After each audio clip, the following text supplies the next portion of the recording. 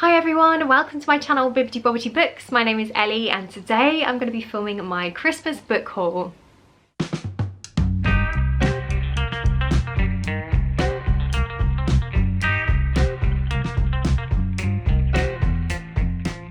Before I jump into the haul, I just wanted to take a quick moment to wish you all a very happy new year. I really hope that 2023 is going to be a fantastic year for all of you watching, and I also just wanted to say thank you if you've been supporting me over the last year with my booktube channel. It really does mean the world to me, and I'm just thankful to all of you watching for, you know, being here and for sharing this little space of the internet with me. It really honestly does mean the world, so thank you so much.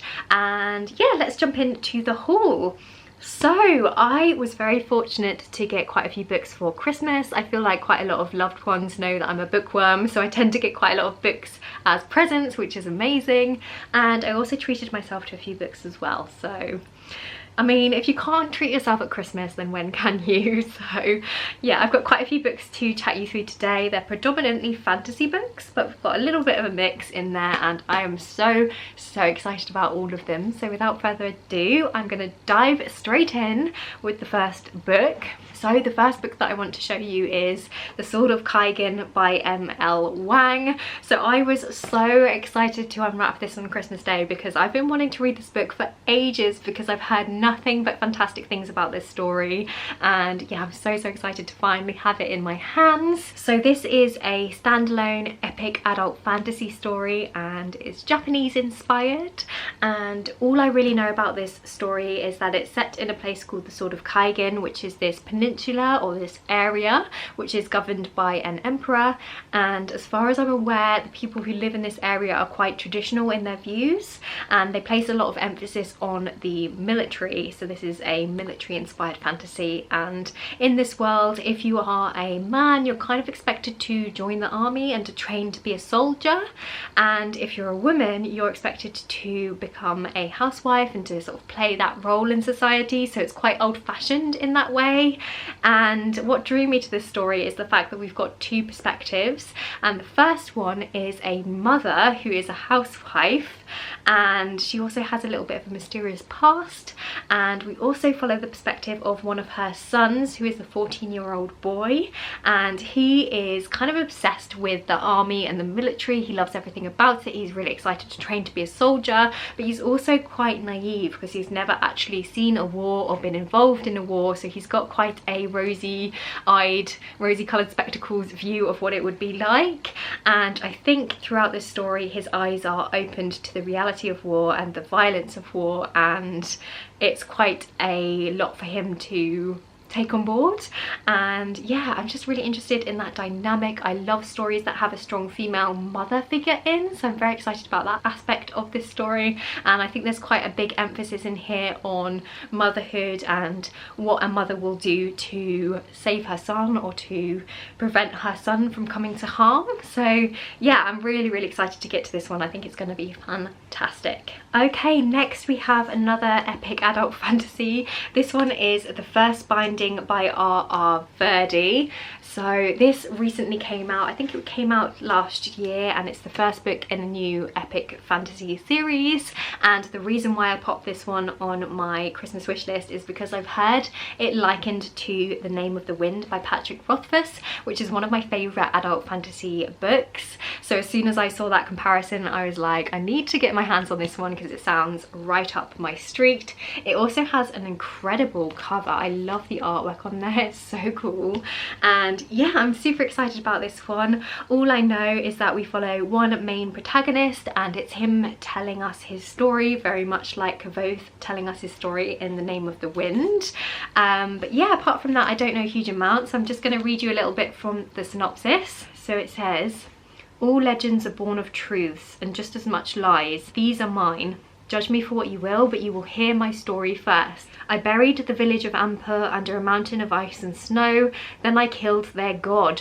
I've stolen old magics and been cursed for it. I started a war with those that walked before mankind and lost the princess I loved and wanted to save. I've called lightning and bound fire. I am legend and I am a monster. My name is Ari, and this is the story of how I let loose the first evil." How epic does that sound? Okay, moving on, we've got another classic fantasy, and that is The Lies of Loch Lamura by Scott Lynch. I have been meaning to read this one for years now. I've heard so many amazing things about this series. It's in a lot of people's top ever fantasy series. So many people really love this, so I'm very excited to give it a try for myself. All I know about this one is that we follow a group of elite con artists known as the Gentleman Bastards, and I think in this first book they're trying to pull off an impossible heist, and then they get kind of swept up in something bigger, and that's honestly all I really know. I've heard that it's quite gritty. It also has quite a lot of dark humour in, which sounds up my street, and I think the second book is set on the sea, which is really cool. It sounds like it's got kind of piratey vibes. It just sounds so fun. So yeah, I'm just really excited to see what the hype is with this series, and I hope that I love it as much as everyone seems to. Next we have another fantasy book. What a surprise. But this one is actually a fantasy book that I hadn't heard of before, which is very intriguing, and it's called Children of the Earth and Sky by Guy Gavriel Kay. I'll be really interested to hear if you've read this story actually, because as I said, I haven't actually heard of this one before, but there's a quote on the front here from Brandon Sanderson that says, "The greatest living author of epic fantasy." So I mean, that is very high praise. From doing a little bit of research, what I understand of this author is that he tends to write a lot of historical fantasy, and he tends to focus in on real life historical events from our world, and then weaves in some fantastical elements to make the story fresh and to make it his own, which is quite interesting. So I think it's quite a low fantasy story. I think the emphasis is much more on historical events and historical fiction, but there's just a little bit of fantasy woven in there, and I'm very interested to see how that is pulled off. I think this book in particular is set around the Renaissance period in Europe, so if that's a time that you're interested in, then you might want to check out this story. But yeah, that's all I really know about this one. I think it's multi-POV. It sounds like we've got some different sort of characters in there. We've got a pirate type character, we've got a merchant, an artist, and their fates all sort of become intertwined. That's all I really know, but I'm very intrigued. So yeah, we'll see. Okay, shaking things up a little bit, we've got a sci-fi next. So this one is called Axios End by Lindsay Ellis. I'm really sorry if I'm pronouncing that wrong.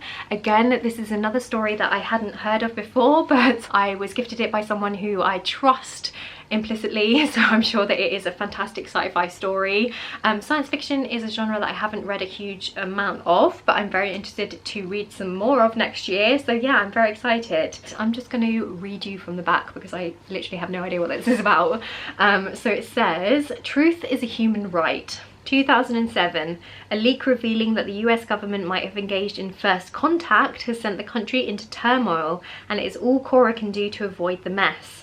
The whistleblower is her estranged father, and his celebrity has caught the attention of the internet, the paparazzi and the government, and redirected it to her. Cora wants nothing to do with the matter until she learns just how deeply entrenched her family is in the cover-up, and that an existential presence has been on Earth for decades. To save her own life, she offers her services as an interpreter to a monster. But in becoming an interpreter, she begins to realise that she has become the voice for a being she cannot ever truly know or understand, and starts to question who she is speaking for and what future she is setting up for all of humanity." How good does that sound? Okay, I'm super excited for this one. I love the fact that it's like a first contact story, and the fact that we're following someone who is an interpreter. That sounds so good. I'm so excited for this one. Next we have another fantasy, surprise surprise. You can tell fantasy is my favourite genre. I am super in the mood for all of the chunky epic adult fantasy, and yeah, I was so pleased to get so many for Christmas this year.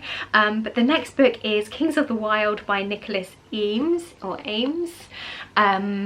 Again, this is a fantasy book that I know a lot of people really enjoy. This is a fun, I think it's a series, and it's kind of D&D inspired. So if you know of the game Dungeons and Dragons, I think it follows quite a lot of the like tropes and themes of that game and puts it into a book.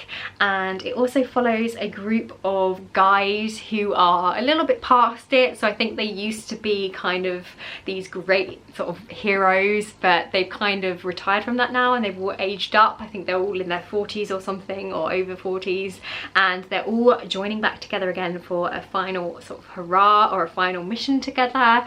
And it's supposed to be just really funny and a little bit silly, and I also think there's quite a lot of references in here to rock music, which is also very cool.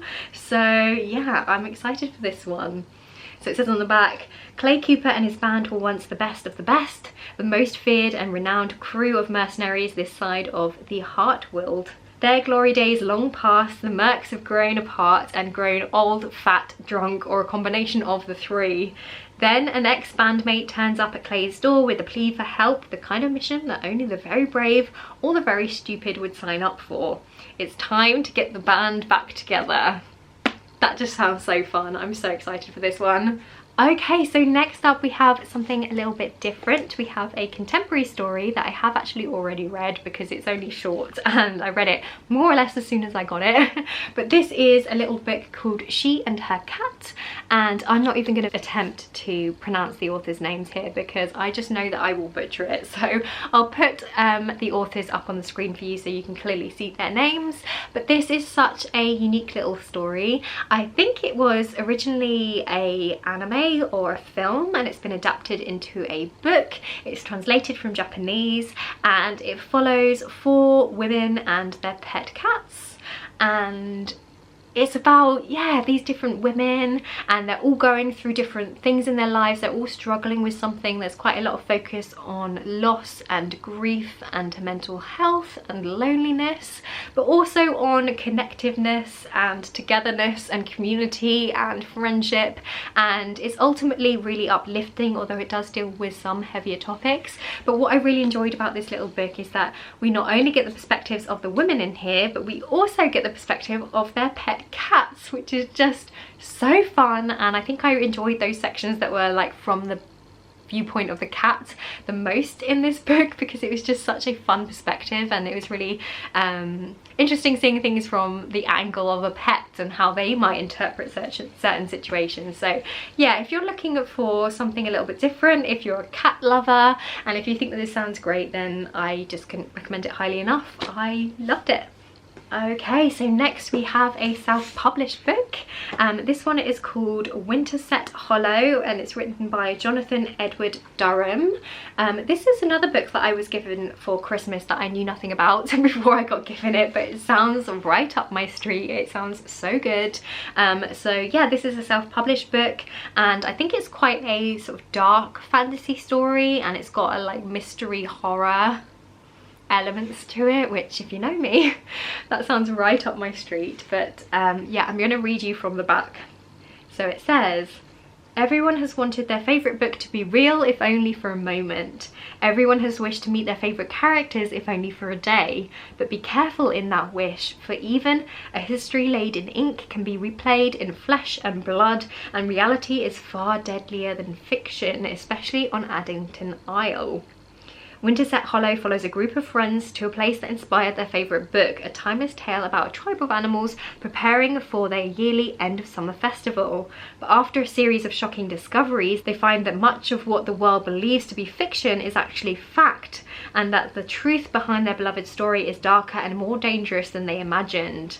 It's Barley Day and you're invited to the hunt. Winterset Hollow is as thrilling as it is terrifying and as smart as it is surprising. A uniquely original story filled with properly unexpected twists and turns, Winterset Hollow delivers complex characters and pulse-pounding action as it storms towards an unforgettable climax that will leave you reeling.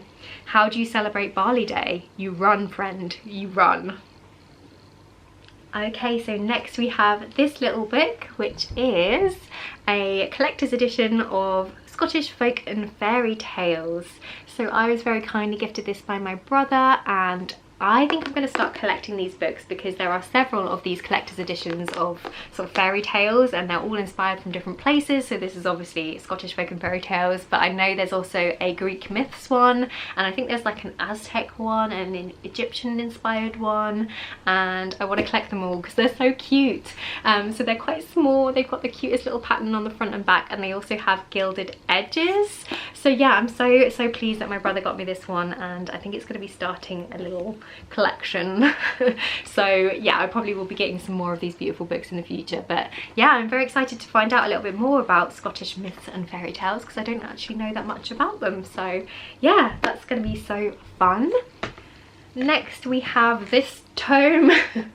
So I was very kindly gifted this gorgeous edition of The Lord of the Rings by my mum for Christmas, and what's special about this particular edition is that it is a illustrated edition. So I'll try and put some pictures up on the screen for you so you can see some of the artwork in here because it is so gorgeous. I'm so pleased to have a really special edition of this story because it's such a classic fantasy. I'm not going to go into the story because I'm sure that you've already heard of it before, but yeah, this is such a classic, and I know that my mum also really enjoys this story, and she read the Lord of the Rings series when she was a teenager, and it got her into fantasy. So yeah, it's such a special little gift from my mum, and I am very pleased to reread this epic series and to enjoy all the artwork in this gorgeous book. Okay, and finally we've got a couple of books that I gifted to myself for Christmas.